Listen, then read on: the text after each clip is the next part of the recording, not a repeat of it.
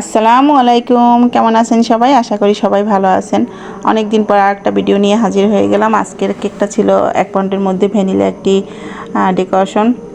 তো আমি আজকে আপনাদের সাথে একটু অন্যরকমভাবে ডেকোরেশনটা শেয়ার করব। এর আগে দেখা গেছে এই সেম ডিজাইন কিন্তু আমি আপনাদের সাথে, সেম না ঠিক এই ধরনের ডিজাইনই আমি রাউন্ড শেপের মধ্যে আমি আপনাদের সাথে শেয়ার করেছি। তো আজকে চিন্তা করলাম যে এই কেকটার ভিতরে একটু করে দেখি এই লাভ শেপের ভিতরে কেমন লাগে। তো আপনারাও বলবেন কমেন্ট করে যে শেষ পর্যন্ত দেখে ভিডিওটা কেমন লাগে। আর যে কোনো ভিডিও অবশ্যই শেষ পর্যন্ত দেখার চেষ্টা করবেন, কারণ ভিডিওর ভিতরে বিভিন্ন ধরনের টিপস অ্যান্ড ট্রিক্স শেয়ার করা থাকে, যেগুলো কিন্তু সবসময় বলে বোঝানো যায় না, যেগুলো দেখেই বুঝে নিতে হয়।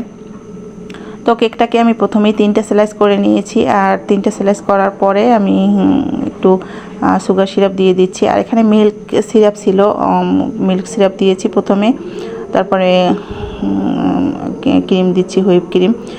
যেহেতু তার বাচ্চারা ক্রিমটা একটু বেশি পছন্দ করে, তো বলেছিল যে আপু একটু ক্রিম বেশি দিন, যার কারণে আমি 3টা স্লাইস করেছি যাতে ক্রিমটা একটু বেশি আর কি লাগে। দেখা যায় আমি কেকে কিন্তু সবসময় আপনারা দেখেন 2টা স্লাইসই করি, কারণ 2 স্লাইস করার পরে আমার কাছে মনে হয় যে কেক মুখে আর কি কেকটা বেশি লাগে, ক্রিমটা কম লাগে। অনেকের কাছে ক্রিমটা পছন্দ না এই কারণে, তো যেহেতু বাচ্চারা পছন্দ করেছে এই জন্য আর কি বলেছে ক্রিমটা তাদের ভালো লাগে, এই কারণে ক্রিমটা আর কি বেশি দেওয়া। তো আজকে ভয়েস দিতে গিয়ে কিন্তু একটু সমস্যা হচ্ছে, কারণ আমার চারদিকে মাহফিল হচ্ছে, এখন মাহফিলের শব্দ কিন্তু, তো অবশ্যই ভয়েসের ভিতরে একটু হলেও আপনারা শুনতে পাবেন, তো দয়া করে কিছু মনে করবেন না। আর দেখুন কেক ক্রিম দিতে গিয়ে ক্রিমটা পড়ে যাচ্ছিলো। তো এরকম কিন্তু দুর্ঘটনা দেখা যায় কি কেক ডেকোরেশন করতে গেলে বিভিন্ন ধরনের দুর্ঘটনা হয়ে থাকে।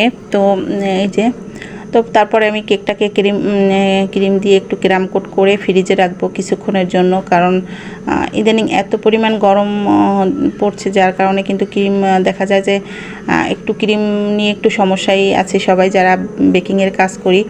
দেখা যায় ক্রিমটা গলে যাচ্ছে বেশিক্ষণ, মানে নর্মালি থাকার পরে আবার একটু ফ্রিজে রেখে রেখে কাজ করতে হচ্ছে। আসলে যারা এসির ভিতরে কাজ করে তাদের হয়তো এই সমস্যাটা খুব বেশি একটা হয় না, যেহেতু আমরা এসি বা ফ্যান কোনোটাতেই কাজ করি না, কারণ ফ্যানের বাতাসে কিন্তু ক্রিমটা আস্তে আস্তে গলে যায়, বাতাস ঢুকে।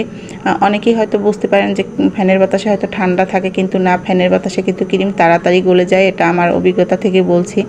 তো যার কারণে আমি কিন্তু কেক ডেকোরেশনের সময় ফ্যানটাও অফ করে রাখি, আর একটু জানালার পাশে বসে কাজ করি। তো দেখা যায় যখন সকালের দিকে কাজ করি তখন একটু রোদ থাকে, তাহলে কিন্তু ক্রিম আরও আর কি নষ্ট হয়ে যাওয়ার, রোদের ভিতরে করতে গেলে দেখা যায় রোদের ভিতরে একটু ক্রিমটা গলে যাওয়ার চান্স থাকে। তো এই কারণে অনেক সময় রোদ থাকলে আমি জানালা অফ করে দেই।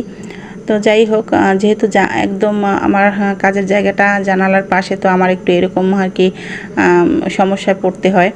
তো আপনাদের কার কার এরকম সমস্যায় পড়তে হয় অবশ্যই আমাকে বলবেন। আসলে যেহেতু আমরা নন এসিতে কাজ করি, তো আমাদের সব কিছু ভেবে চিন্তে কাজ করতে হয়। দেখা যায় কি আমি রাতের বেলায় বেশিরভাগ সময় কাজ করি, যদি অর্ডারটা আগের দিন থাকে, মানে কনফার্ম করা থাকে, তাহলে আমি কাজটা চেষ্টা করি সবসময় রাতের বেলা করার, কারণ রাতের বেলা যদি আমি জানালা খুলে দিই তাহলে একটু ঠান্ডা ঠান্ডা আবহাওয়ায় কিন্তু ক্রিমটাও অতটা গলে যাওয়ার চান্স থাকে না, আবার মানে ভালোও থাকে। তো এই কাজটা যেহেতু আমি দুপুরবেলা করছিলাম, মানে বিকেল টাইমে, তো রোদ ছিল না কিন্তু গরমটা ছিল অসম্ভব, তো এই কারণে একটু ফ্রিজে রেখে রেখে তারপরে কাজ করছিলাম, আর ক্রিমটা বিট করে তারপরে ফ্রিজে রেখে দিয়েছিলাম। আর ক্রিম বেশিক্ষণ ফ্রিজের বাইরে রাখলেও বাতাস ঢুকে যায়, আবার বেশিক্ষণ ফ্রিজে বিট করে রাখলেও কিন্তু বাতাস ঢুকে যায়। তো এই কারণে চেষ্টা করবেন সবসময় যখন কাজ করবেন তখন আর কি ক্রিমটা বিট করে সামান্য অল্প অল্প একটু সময়, আধা ঘন্টা বা 15 মিনিটের মতো যদি একটু ফ্রিজে রাখেন তাহলে হয়তো সমস্যা হয় না। কিন্তু দেখা যায় সকালে বিট করে আপনি বিকেলে কাজ করলে কিন্তু ফ্রিজে ক্রিমে কিন্তু বাতাস ঢুকে যায়, অত ভালো ফিনিশিং আর কি আনা যায় না। তো এই তো ক্রিম দিয়ে তারপরে ফিনিশিং দিয়ে তারপরে আমি কিন্তু হালকা একটু ব্লু কালার দিয়ে আমি আর কি এইরকম কালারটা করেছি। এতে কিন্তু দেখা যায় কেকের ক্রিমের টেস্টও নষ্ট হয় না, আবার কেকটা খেতে তিতেও লাগে না, আর কালারটাও আমি যে কালারটা চাচ্ছিলাম সেটাও কিন্তু পেয়ে যাই। তো আমি সবসময় চেষ্টা করি এরকম করার আর কি, মানে খুব বেশি কালার ইউজ না করে কেকের ভিতরে যেটা করা যায়। তো তারপর অনেক আপুরা আছে যে খুব বেশি কালারফুল কেক পছন্দ করে, তাদের জন্য তো আমি বলেই দেই যে আপু এই কালারটা কিন্তু এরকম লাগতে পারে বা অতিরিক্ত কালার দিলে কিন্তু তিতো হতে পারে। তো আপনারাও চেষ্টা করবেন সবসময় যেন কালার মানে বলে দেওয়ার। তো আমি আমার জায়গা থেকে আমি সবসময় চেষ্টা করি যে আমি নিজে আর কি বলে দেওয়ার সব কিছু বা সৎ থাকার। বাকি আল্লাহর ইচ্ছা, হয়তো ভুল হতেই পারে।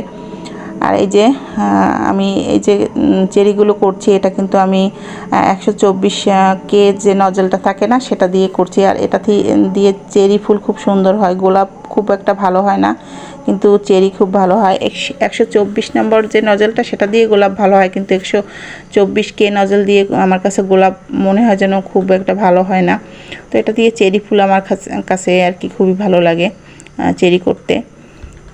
তো এই তো পাশ থেকে একটু লতার মতো করে আমি তারপরে ফুলগুলো দিয়ে দিয়েছি একদম সাদা কালার দিয়ে। আর এই মানে এই ডেকোরেশনটুকু আমার স্কিপ হয়ে গেছে আর কি ক্যামেরা থেকে। আর কি আমার মনে ছিল না যে ক্যামেরাটা অফ করা ছিল নাকি অন করা ছিল।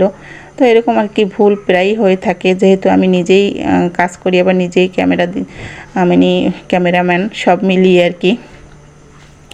তো এই তো আর কীভাবে করেছি শেষে তো দেখিয়ে দিলাম। তো এই ডেকোরেশনটা হয়তো এখন আপনারা বুঝতে পেরেছেন যে কোনটা আমি করেছি।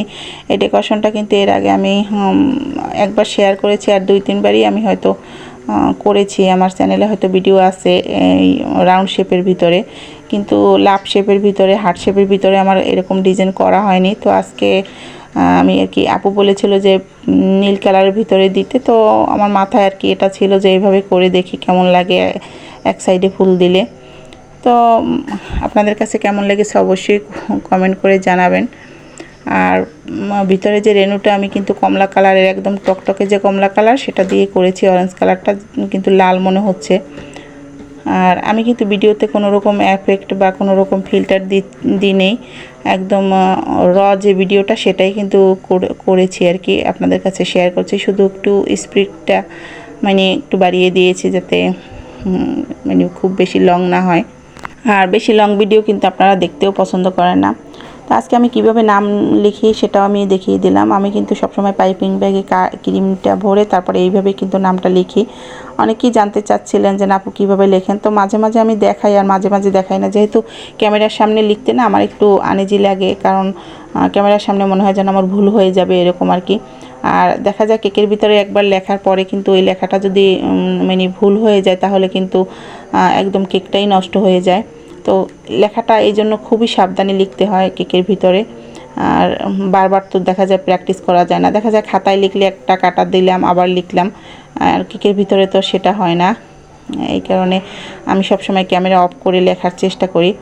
তো আজকে একটু ক্যামেরার সামনেই লিখলাম সাহস করে, আর এভাবেই আমি লিখি। আর অত খুব ভালো লিখতে পারি না, তারপরও যতটুকু পারি আলহামদুলিল্লাহ এটাই আর কি অনেক। তো এই তো কথা বলতে বলতে কিন্তু কেকের কাজটাকে একদম শেষের দিকে। এখন আমি সামান্য কিছু সুগার বল অ্যাড করে দিব। আর এটা ছিল পিঙ্ক কালার কিছু সুগার বল, এখানে আমার গোল্ডেন কালার সুগার বল দেওয়ার কথা ছিল, কিন্তু আসলে আমি দেখি যে গোল্ডেন কালার যে সুগার বল আমার শেষ হয়ে গেছে, এই কারণে আমি পিঙ্ক কালারটা দিয়েছি। তো আজকের ডেকোরেশনটা কেমন লেগেছে অবশ্যই একটা করে কমেন্ট করে যাবেন, আর ভিডিওটা শেয়ার করে দিবেন, আর চ্যানেলটা সাবস্ক্রাইব করে পাশে থাকবেন। সবাইকে ধন্যবাদ জানিয়ে শেষ করছি। আল্লাহ হাফেজ।